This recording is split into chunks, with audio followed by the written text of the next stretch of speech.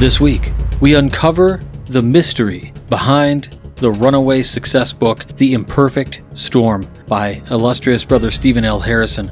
The Imperfect Storm is, of course, all about the infamous Morgan affair, and in this book, it presents the unbiased and non-editorialized true story of the facts of the Morgan affair. Never before released information, and we talked to Steve about how he attacked this massive project. All this and more. Stay tuned. Welcome back to Whence Came You, a Masonic podcast featuring research papers and discussions related to Freemasonry. Here's your host, Brother Robert Johnson. All right, welcome back to the Whence Came You podcast. This is episode number 675. Off the top of the show, I want to thank our producers, fellows, contributors, and legacy partners of the WCY podcast. Without your help, we can't make this show happen. So again, thanks to all of you.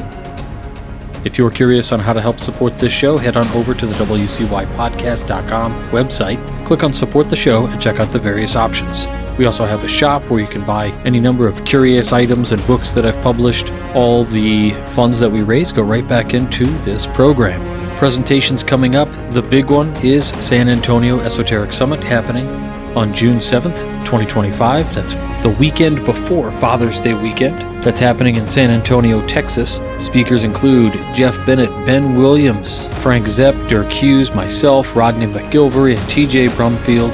You can get your tickets if you go to WCYpodcast.com, click on presentation schedule, and then just click on the flyer for the event. You can, of course, also just find the event on Facebook and click the link for tickets. I'd love to thank the Crowned Martyrs Lodge in Indiana, a wonderful premier education lodge out there. I was able to go out and do a presentation on the Rite of Memphis, legitimately dubious.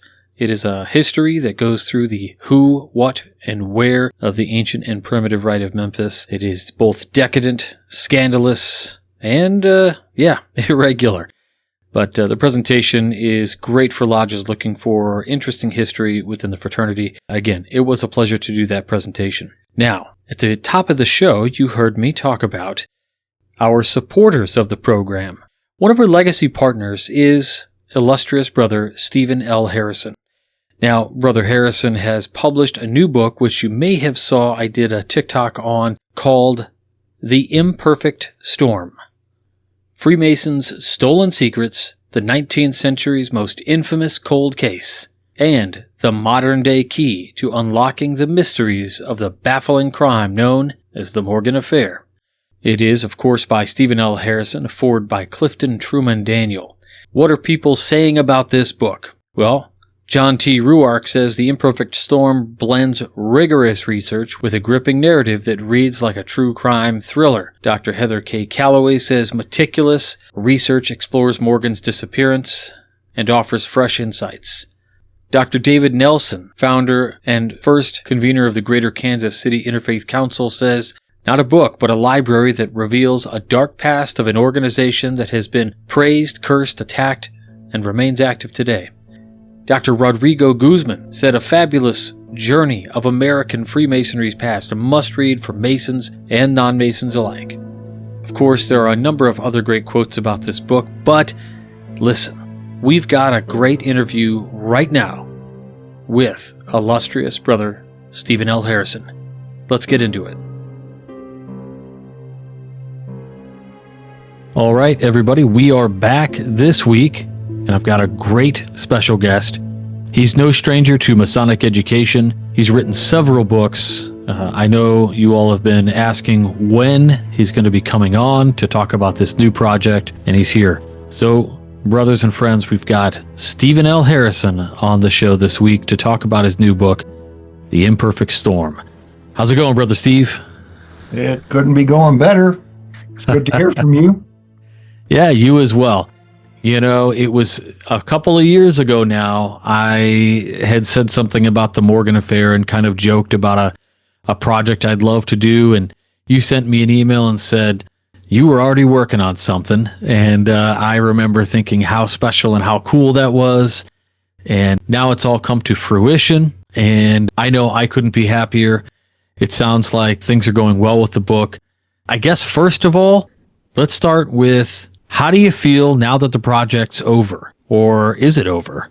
What are your thoughts around this? The problem I'm having is the project is not over, because now that the book is out and that part of the project is over, I'm getting invited to speak at a lot of places, and I want to do that so I can promote the book, and I'm still working on those presentations.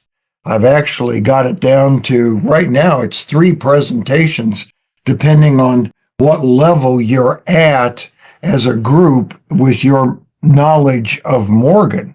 And I've got, I would say, 2 of them done, and I'm working on a final presentation right now. So it's a lot of work still. I should mention, if anybody is out there and you're thinking, what's one place to go to see Steve right now where he is going to likely talk a little bit about this or a lot of bit about this? Correct me if I'm wrong, but I do believe you are going to be at the Midwest Conference of Masonic Education coming up here end of the month. Yes, I am. And that's the presentation I'm still working on, because the other presentations kind of take you through what Morgan did and what were the causes and effects. Those are 2 different presentations. And then the Midwest Conference, they have a little different angle on thing, and they want me to talk about my research methods. And so I'm still working on that one, but I got a week and a half to go, or 2 weeks. And so we'll have it by the time we get there. But I will be at that conference. It's going to be very exciting. I know the conference itself has a bunch of people on there that I think are wonderful scholars. I'm very excited to see the folks that are coming out. And even we've got some guys like Adam Kendall's going to be over Zoom, but always a pleasure to hear you in person. So I'm very excited for that. As far as the book goes, for people who are not sure, I think most of our guys are pretty familiar. Most of our listeners, friends, family, men and women listen to the show are pretty familiar with the William Morgan affair. However, if you had to describe it in just a few paragraphs or less, what would you say? I would say that, now this does not apply to the book so much as to directly to William Morgan. He came to Batavia as an imposter Freemason. He was a stone worker, and he worked his way into the Freemasons. He became quite adept as a Freemason, and then they began to wise up to the fact that he might be, I guess, what we would call a Cowan. He also had problems like drinking and not being able to handle his finances. And the Masons sort of turned on him. They got him fired from a job he was working on. They did not allow him to join a chapter of the Royal Arch that he wanted to join. And in retaliation, Morgan started threatening to write a book about Freemasonry, divulging the secrets. And then, as a reaction to that, long story short, the Masons kidnapped Morgan, and he disappeared. He's not been heard from since. Well, there you have. This is the age-old mystery, and Masons who have been around and know the story of William Morgan have no doubt heard that he was murdered by Masons, or that he was taken up to Canandaigua, or that he just disappeared, or there's all of these amazing stories. And so with that in light, I mean, you're sort of no stranger to mystery. You've written another book that I really enjoyed where you attacked some mystery, which was Freemasonry and Oak Island, which I thought was awesome. You brought a bunch of different speculative sort of theories and things together. But with the Morgan affair, there's so much more that's been documented, and so much of the documentation we have is like in the realm of, I don't want to say detract from legitimate research, but a lot of times Masons aren't the greatest at doing research. And so the way you seem to have come to this particular problem with this book on William Morgan and the affair was much more research driven and so well put together. I got to ask, what initially inspired you to do a book on this anyway? I found in a website that there were a series of letters that said that Morgan got away one way or another after he disappeared, and wound up in the Caribbean. And a man down there who claimed to be the husband of Morgan's great granddaughter wrote the Grand Master of Michigan, saying that Morgan got down there. He detailed Morgan's life very much, and the letters were missing. The website that I got to said that they were located in the Bentley Historical Library on the University of Michigan campus. And after I read that, I said, I have got to read those letters. And I don't know why people haven't gone to read them and followed through on the information that's there. So I contacted the Bentley Library, and they told me they did not have those materials. I contacted the Grand Lodge of Michigan, or tried to, and they didn't get back with me. And I mean, to their credit, I did not go through proper Masonic channels. But after I tried that and couldn't find those papers, I just let it sit. For the Midnight Freemasons, I wrote maybe a couple of articles about Morgan. And for your podcast, I did 2 videos. I maintained an interest in it, but I said, I can't go anywhere with this really until I find those letters. Then, during the pandemic, I just happened to, I don't know, it had really been eating at me. And I decided to try to contact that library again and just say, are you sure you don't have that material? And I went to their website to get their phone number, and I found out that their entire catalog was online. You know, not the documents, but the catalog itself. And I found the letters listed there. Oh my gosh. That was enough for me. And again, that didn't say I'm going to write a book, but after all that, I said, at a minimum, I'm going to publish those letters and show people what is in them and let them make up their own minds.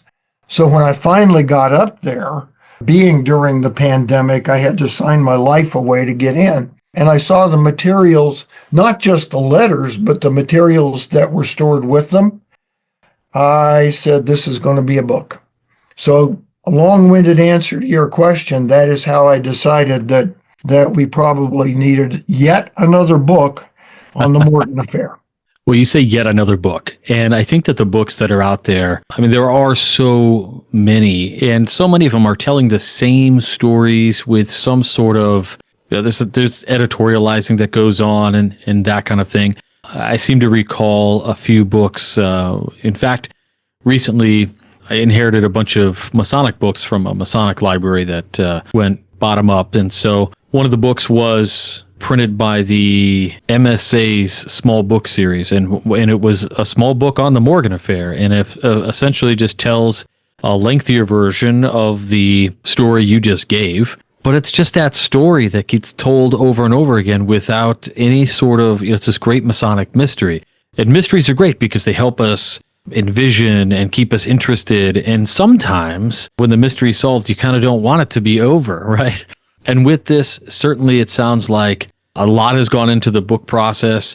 I want to ask you, how did you balance dealing with historical facts? And, you know, did you find yourself storytelling in the book, or how did you go about that? I made the decision going in that I was not going to do storytelling. Now, I mean, if you count finding out information and giving an account of it, see, to me, that's not storytelling. No, I would say that's just history. Yeah, to go back to what you said, the books that were in existence, and I'm not trying to criticize any of them, because I had a long bibliography, and for one reason or another, I probably used any book I could find. But you are correct that for me just to write another book about the Morgan affair, what would be the point? Because those facts are already known, and I didn't want to just duplicate what was out there. So I knew going in that I had to do when I say a better job, I mean a more complete job of showing what the causes and effects of the Morgan affair were, how it affected American history and what led up to it that made Freemasonry fall apart in Western New York. So that was sort of my thought going in. So knowing that, you kind of alluded to how the Morgan Affair had destroyed a lot of Freemasonry in the New York area. But also we know that the Morgan Affair had far-reaching effects. You could say globally, but you could definitely make the argument that it changed Freemasonry in the United States. What role do you think the affair played in shaping historical events in the United States during that part of the history? I think it played a lot bigger role than people know. Gosh, it's like, where do you start? First of all, just start with Freemasonry. Freemasonry, after the Morgan Affair, pretty much had to go completely underground. You live in a state where Freemasonry just disappeared for a while. I live in a state where Freemasonry sort of hid out for a while, but the Royal Arch completely disappeared. So it had a great effect on Freemasonry, and all over the country, Masonic lodges were closing, people were leaving the fraternity, and Freemasonry was really looked upon as a pretty negative thing at those times. And then you have, of course, the churches all joined in on this, and you have to look at what happened politically in the United States as well. I think a lot of people don't understand what a major effect it had on the politics of our country.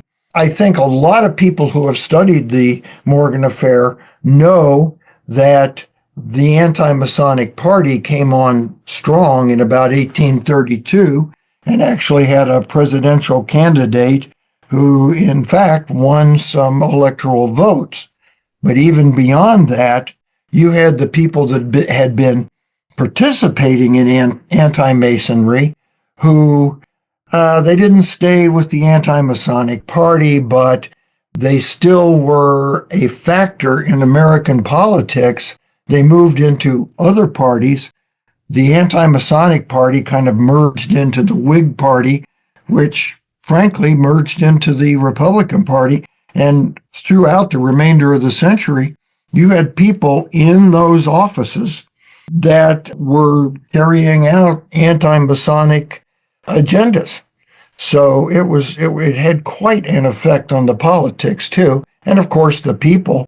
And then if you want to look at just the general population, the Morgan Affair was just, I think today we would call it a meme or something like that, because it was all over the newspapers, and speculation about what happened to Morgan was just rampant. And people were writing, even back then, books about it, the newspaper articles, papers.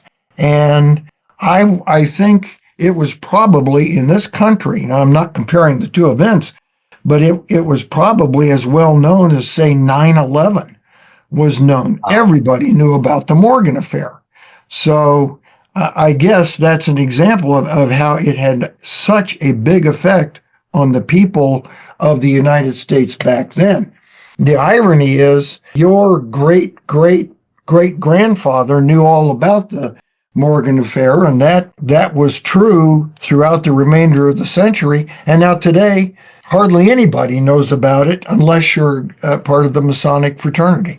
It's so wild to think about that, especially considering, just normal folks in the public, late 1800s. So our ancestors know about this who were just not in the fraternity. And today, well, as you alluded to, even people in the fraternity have either heard of this or not, and in various amounts in between, talking about how you've got a couple different versions of the presentation based on how familiar brothers are with the topic. I have been surprised by how many Masons do not know about the Morgan Affair.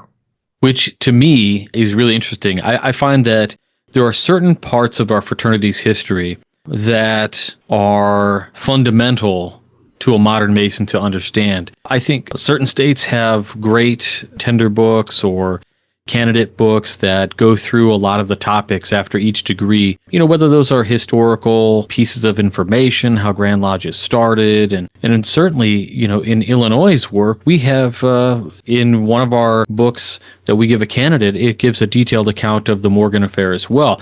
Not, any more than a couple pages, but the point is that they get some of this information because we want to make well-informed Master Masons. And this was such a huge piece of our history. In fact, it led to, in particular in Illinois, our first Grand Lodge, quote unquote, going to sleep. And, we had to start up again. So in Illinois, we're on our second Grand Lodge 2.0. It had a big effect, and it is surprising that a lot of people do not know about it. As you research this, you see how the society was influenced by the perception of Freemasonry after the Morgan affair. You see what happens around the United States, but I'm curious, with the book, you remain quite objective, and I think that's very important as a historical book that reads like a real drama, a page-turner. I have to ask you, from a subjective sort of point of view, I guess, did your view on Freemasonry in particular change as you researched and wrote the book? And if so, how? That is a really good question. I just wanted to be objective. And I don't think my view of Freemasonry changed so much, but the question that I asked and I tried to answer in the book was, how did Freemasonry allow this to happen? To allow people into our fraternity, which is supposed to have higher standards, that would be thieves, that would be arsonists, liars, kidnappers, and maybe even murderers.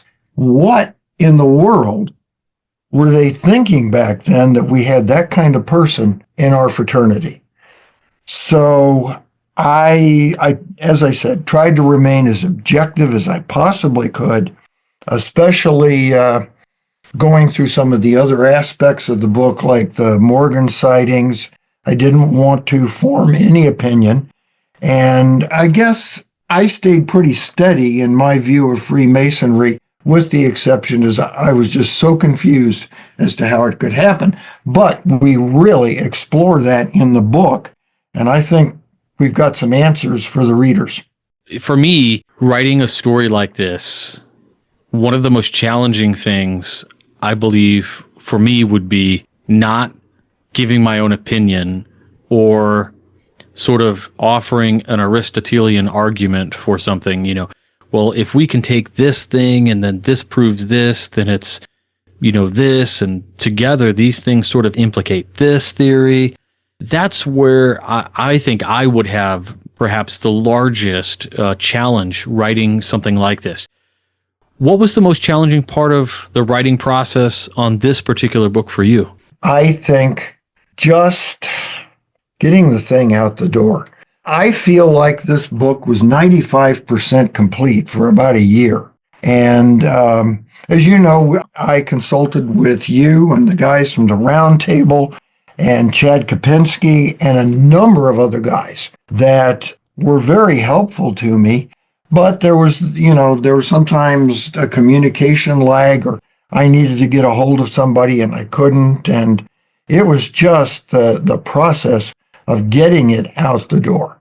I just always felt like we were right on the verge of finishing and then something new would come up. I did not have such a, I wasn't upset by having to be objective by it. I mean, it was like I would find an article in a newspaper or the account of something that happened in or around the Morgan affair and just reported on it.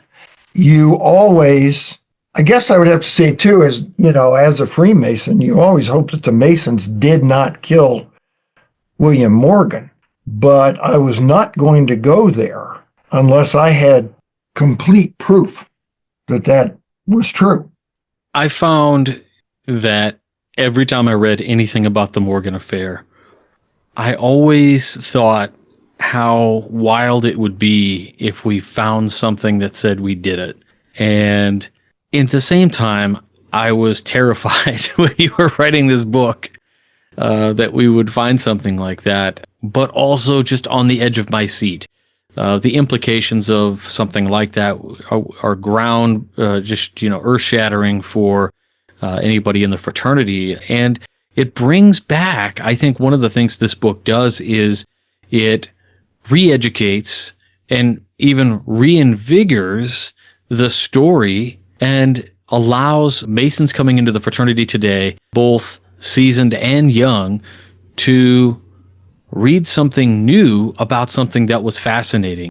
You essentially breathe new life into this story. And I think one of the great parts about that is that the story was already fantastic and it just kind of lay dormant. And for no other reason than maybe Masonic Education just hadn't been mentioning it, or things aren't being written about it anymore, because I think people thought case closed.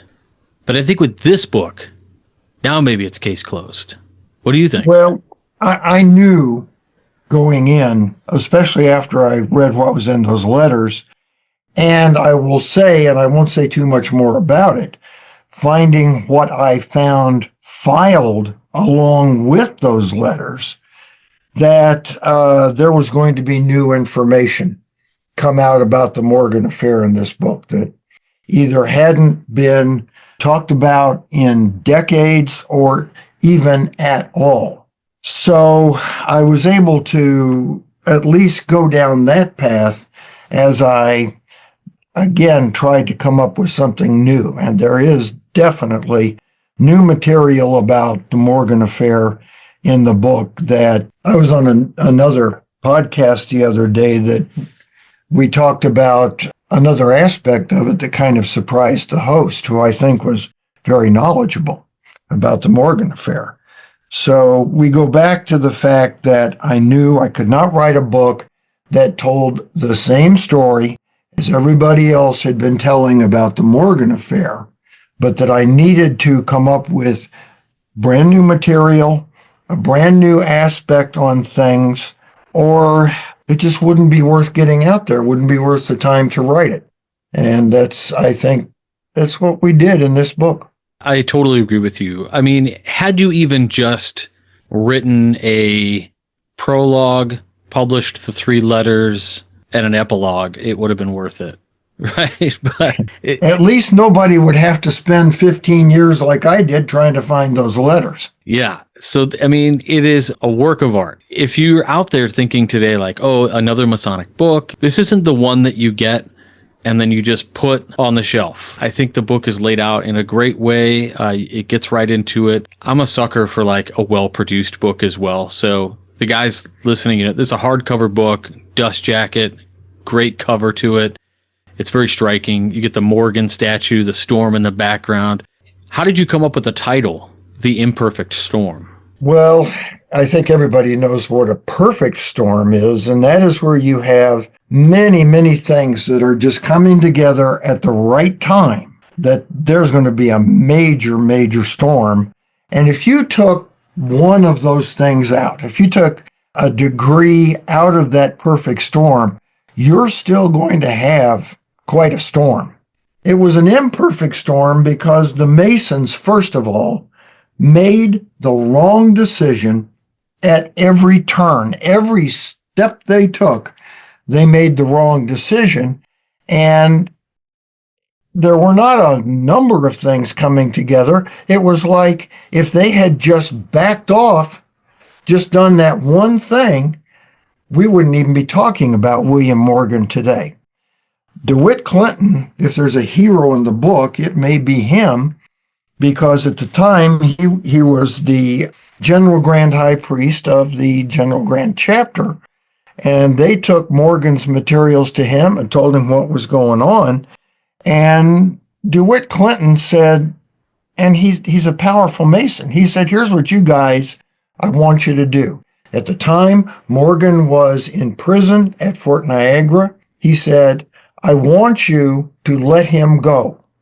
He also said, I want you to give him back all the materials he's written, and I want you to pay his debts so that he's a free man.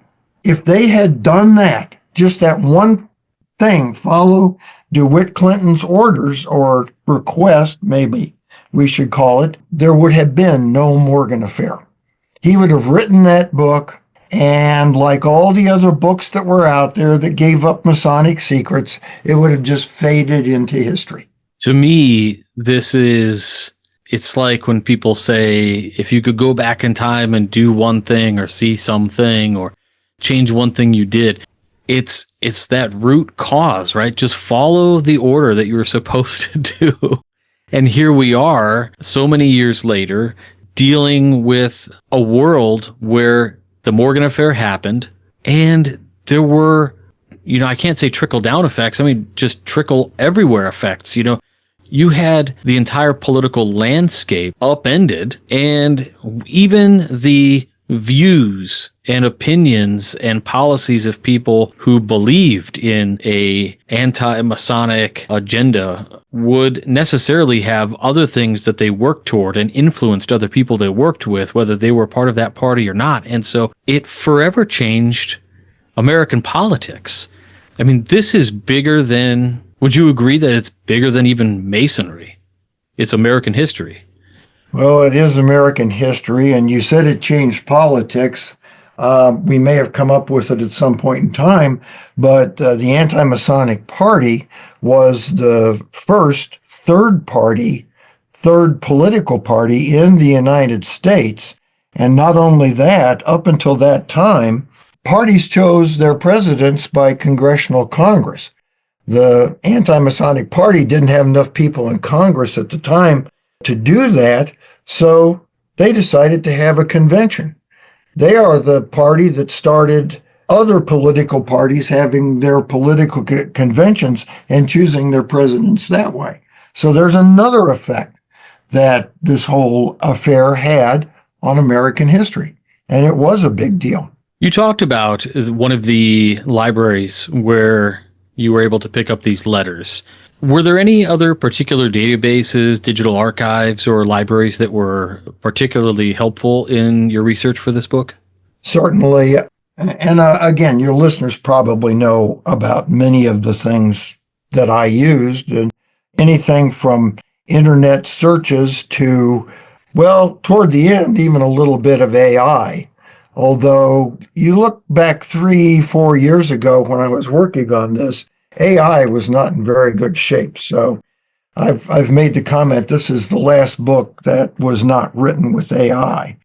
But I subscribed to Ancestry, newspapers.com.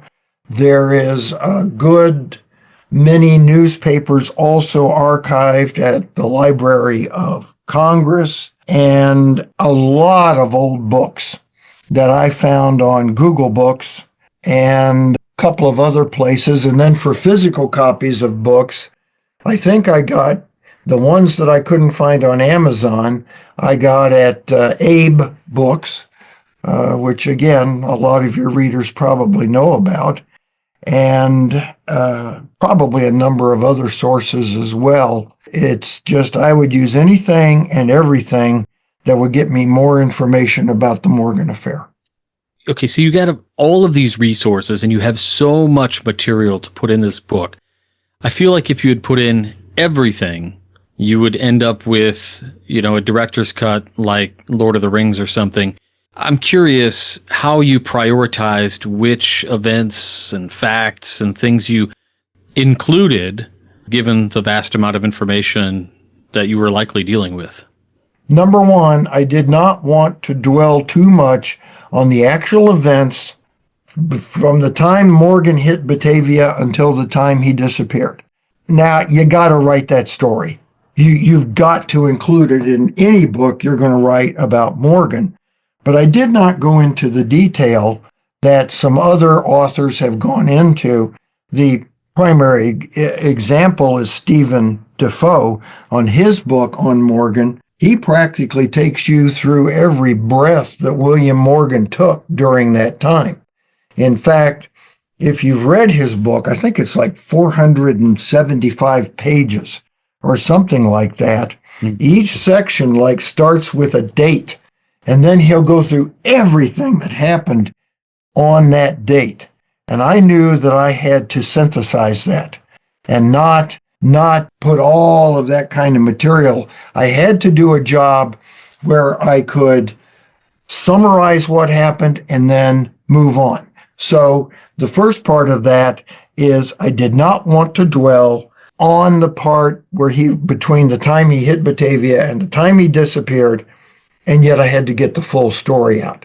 That was difficult. But then, in terms of other priorities, that's the other stuff that I was telling you about that I thought I had to get in a book about Morgan that hadn't been covered a lot before, including the things that led up to the Morgan affair, anti-Masonry prior to the Morgan affair, and then what the Morgan affair did to that, and then the aftermath of the Morgan affair, where we took a look at politics in the United States. We took a look at the subsequent activities of the anti-Masonic Party and anti-Masons in general, including the National Christian Association. And then, I had to take a look at maybe what lessons we learned from it. So those things, the things that hadn't been covered well before, were my priority. And of course, along with that, as much great detail as I possibly could get on every single Morgan sighting I could find. You mentioned Morgan sighting, and it's to me, it's like Elvis sightings, right? Would we have found Weekly World News, Morgan sighted at tavern in somewhere in Louisiana? It's sensational. Did you find that, just based on this kind of, Morgan sightings, was this a prevalent idea that, did people report seeing him all the time? In a way, yes. I mean, all the time is kind of subjective there, but I didn't have a lot of problems finding stories in newspapers, old newspapers, about Morgan sightings, because it was part of the popular culture of the day. And people were quick to write in and either contradict somebody that said Morgan was killed and say, no, I saw him in New England somewhere. And some of the people that reported those things were clearly kooks. And then others were like level-headed people, as far as you can tell, this far removed from their lifetime. They didn't seem to have any they didn't have an agenda. And that's what makes some of these sightings so compelling. As you were going through this, I know that for the most part, of course, libraries are very open with what they can assist you with. My experience with librarians is always been very good. They're researchers. They like doing that kind of thing. Did you encounter any resistance or obstacles from any institution or organizations that you were requesting information from? Headwinds, we might call them. From organizations, I had some pretty good cooperation from the libraries that I visited. And I'm trying to think, what organization might have not cooperated with me, and nothing really comes to mind. But when we were looking at the Caribbean Morgan, we located a family that was very open with everything. Their family history, relatives, even their genealogies and genetics. And that was very rewarding to find somebody like that. When we went looking, now they were related to Caribbean Morgan. When we went looking on the side of Batavia Morgan, that family completely shut down on us. We located living descendants of William Morgan, and none of them wanted to cooperate with the study. So that is resistance that I ran into. I ran into one researcher who had done a video on Morgan, claiming that he found information in a safe in, I believe it was Lyman, New York. And so on one of my trips, I went up there to go through the safe, and it began to look like he had sort of fabricated that. I interviewed him twice, and I think the more he caught on to the fact that I was skeptical about his theory, he became resistant as well. So, yes, I did find some resistance in some places. It's fascinating. I just think that resistance to looking for the truth, what's the reason behind that? Is there some hidden treasure? There's some gold or something? What would it have been? But it, clearly in this case, it's either privacy or somebody who is trying to maintain some sort of relevance because he knows something, but clearly it sounds like you saw through some sort of a facade there. With regard to the Batavia Morgan descendants, all I can think, maybe they just don't want to know people to know they're associated with Morgan. And I think on the Caribbean side, the Caribbean Morgans were anxious to tell their story. With the book coming out, it has been shipped around. I'm sure, we've got lots of people who have already read it or in the process of reading it, or maybe you're just now ordering it. How has the book been received? Have readers reacted to any conclusions or some of the facts that you've put in regarding the Morgan affair? I'm almost embarrassed to tell you, I have not received any negative comments about the book. And if there was a criticism of the book, I think I could take it. And if I need to make corrections in another edition or something, I could do that. But people have been very generous with their ratings of the book, and I've been really thankful for that. Certainly. Yeah, it is a work of art. I do have to ask, when you were going to, well, first let's establish, I think everybody knows you're a well-published author. You have put out books, and the way you put books out, they are polished and finished, is what I'm getting at.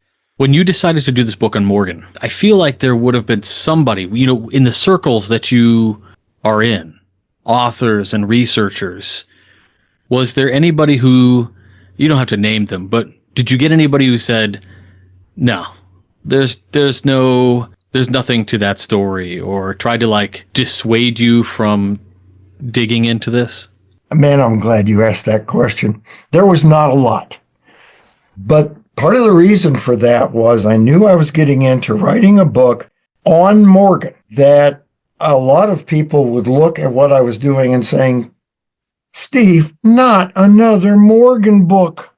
There are 1,000 of them out there. What are you wasting your time on Morgan for? I knew that was going to happen. And I think you're aware of this. I kept very secret what I was working on. Yeah. I would not tell people what I was working on. And eventually I included people like you and the guys from the round table and Chad and a few others that knew that, and I would come to you guys and I would say, okay, I am doing a book on Morgan.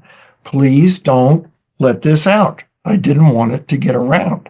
So I think that's one reason that I didn't get a whole lot of criticism like that, is that I somehow successfully played it a bit close to the vest.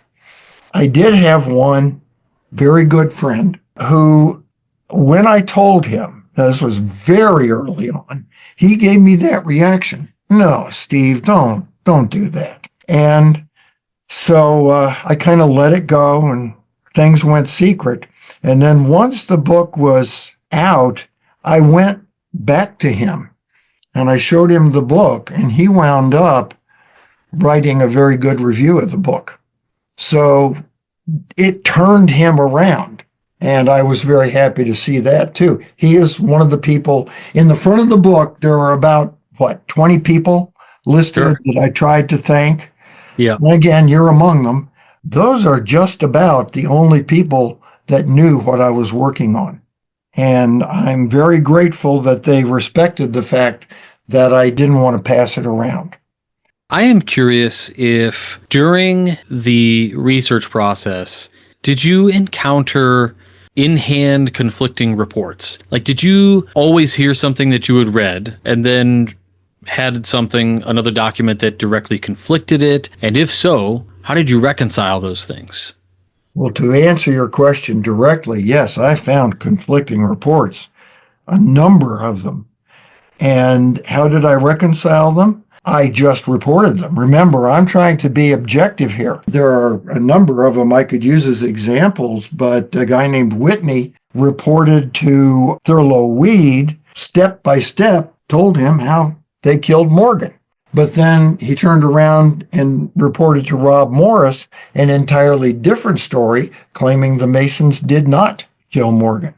So I did not attempt to bring those stories together. I attempted to say, here's the one story, here is the other story, and not make any judgment on what I thought. What I thought about any of these stories was, I guess I would say, almost irrelevant. I just wanted to report the facts. And I think that's what is so awesome about this. When I was a kid, I used to beg my mom to order from the Scholastic catalogs that came out. You know, they'd send them home with school in little newspapers, and you got to mark them up and send the check with that back to school. And, you know, maybe in 2-3 weeks after you forgot about it, you'd get the books. Oh my gosh. And the books I would always get were these books like Stranger Than Fiction 1, Volume 2, Volume 3. And I feel like reading through this book, to me, it was a little bit of a Stranger Than Fiction. It was really cool, especially since it's all just historical and you're telling it like it is. It's what I was attempting to do, and I agree completely. There are parts of this book that are truly stranger than fiction. So, Steve, during the research for this, we've established that you have had a multitude of reports and books and things that have been written. Certainly those books, I would imagine, have been very difficult to find in some cases. How did you go about getting these books, finding these books? All libraries, physical copies? How did we get there? Well, I would go to other books that had bibliographies, and not just Stephen Defoe's book, which had a wonderful biography, but many of the other sources, and I would go see where they got their information, and I would go to those places. And as you mentioned, some of the books that I got were physical copies of books as opposed to digital copies. And right off the bat, especially as I was doing the part about what was happening in New York prior to the Morgan affair, which was very important as a prologue to the Morgan affair, one of the books I ran into was The History of Freemasonry in New York by a guy named Ross. And it was a gold mine, but I didn't have a digital copy. I went ahead and digitized that book myself. It's a lot of work. It's tedious. It took me probably several days to do it. But when you're done, and as many times as I went back to that book, all you have to do is search for key words. And it did make the process easier. When I sent you materials to the people on the round table, I think I sent a lot of those digitized books along with it. I don't know how much you used them, but it's even if you wanted to check one thing and you're looking for whether it's a date or a name that's not too prominent in the Morgan affair, if you got a digitized book, just type it in and search. And that was a technique that I don't know that too many people use. I don't know they would have the patience to digitize all that stuff, but it really worked for me in helping me get through all of this material.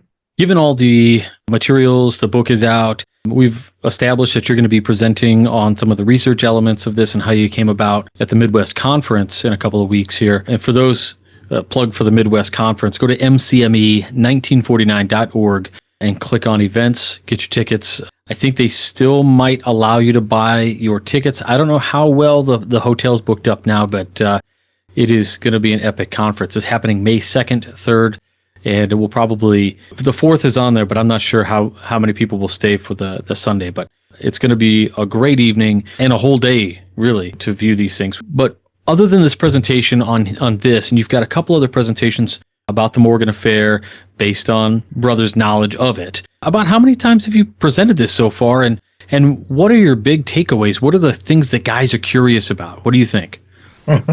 Well, let's say a half dozen presentations that I've given so far, and it's just going to get busier. I have a couple next week in my area that I'm giving, and I will be in St. Louis this weekend, and my calendar right now is pretty full. As far as things that people ask that might be of interest associated with the Morgan affair, I think every presentation I have given so far, somebody in the back of the room and has raised their hand and said, "Tell us about Morgan's wife." And there is the thinking that Morgan's wife, after she remarried and after Morgan was gone, then married Joseph Smith, who started the Mormon faith. And that seems to be, that was an unexpected question the first time I got it. And then it was still unexpected when I kept getting it with all these presentations. So I may want to do something on Morgan's wife later on, but right now I'm just working on promoting the book and going to the things that I've been invited to. It is absolutely a fascinating topic. And again, the truth is stranger than fiction. People who want to know about the Morgan's wife and those sort of things. That's part of it. And it's like, how could Morgan's wife have as interesting a life as Morgan had? I don't know, but apparently she did. One of my favorite pieces that kind of led into the Morgan affair and reinvigorating my interest in it was when you published a piece called The Second Body, which explained that there was another body that was perhaps found and believed to have been Morgan. It's just such a weird thing that you just want more. It's like watching crime drama, but unfold, but it's, from the 19th century. We haven't dwelled on spoilers, and I don't want to give spoilers, but you mentioned the second body, and that was a real thing. The body was discovered, reported by the New York Times. And another question that I get a lot, well, in the presentations, I will be asked, "What do you think happened to Morgan, Steve?" Or, "Did you find Morgan?" And I would just say to that, no spoilers. But one question I did answer and have answered, and maybe we can leave it at that, was on one of the presentations I made, a guy asked me, "Did you find William Morgan's grave?" And my answer to that is, yes, I found 3 of them. Look at that. 3 different graves. Well, that's not Masonic or anything. That is fantastic. I want to let guys know where they can get the book right now. Steve, I know that if they go to the Missouri Lodge of Research's website, molor.org, your book is very prominently displayed there. Tell us about the book and where we can get it. I'm not sure that Missouri Lodge of Research deal is still going on. I don't think it is. They gave a copy of the book to every member of the Missouri Lodge of Research. But as I say, I think that's over with. So unfortunately, I'm just having a heck of a time getting it on Amazon. So right now, if you just want to do it that way, the only site I've got it on right now is eBay. And if you go to tinyurl.com and look for Morgan-book, you will find it there. And it's listed for $30 there.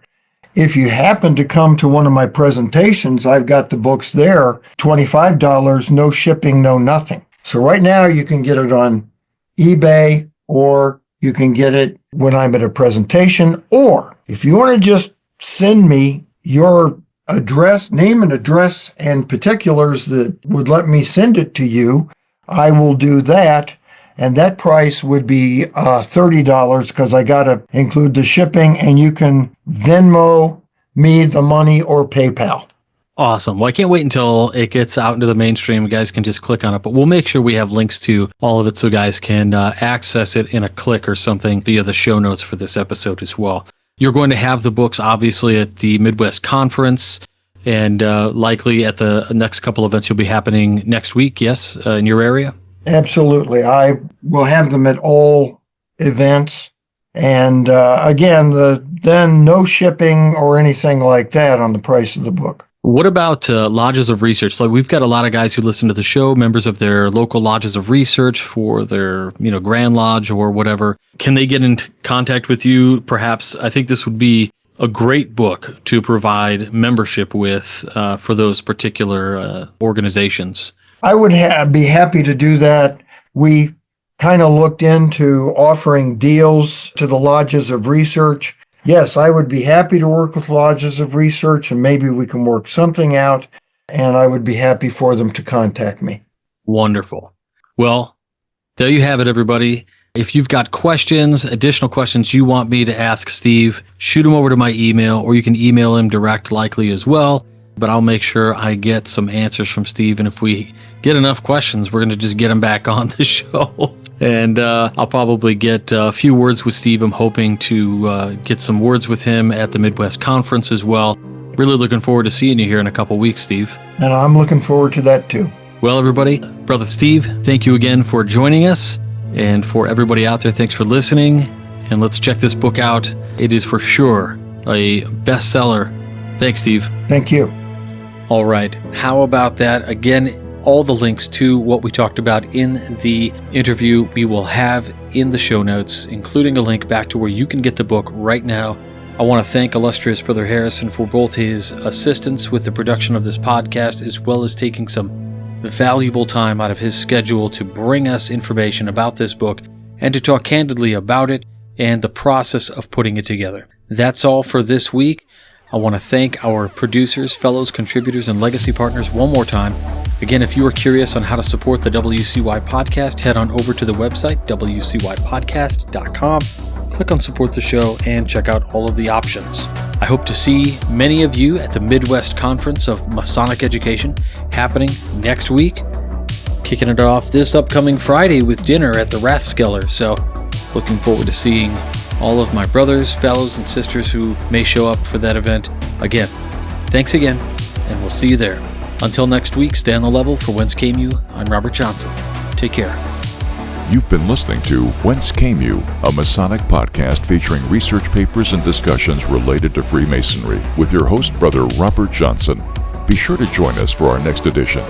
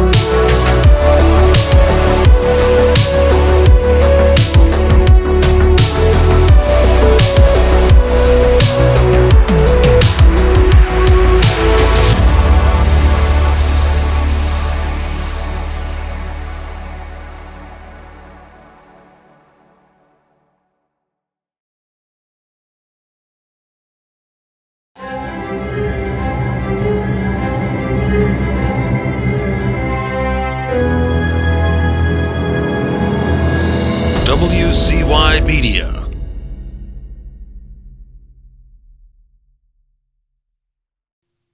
Why, that BBS rock the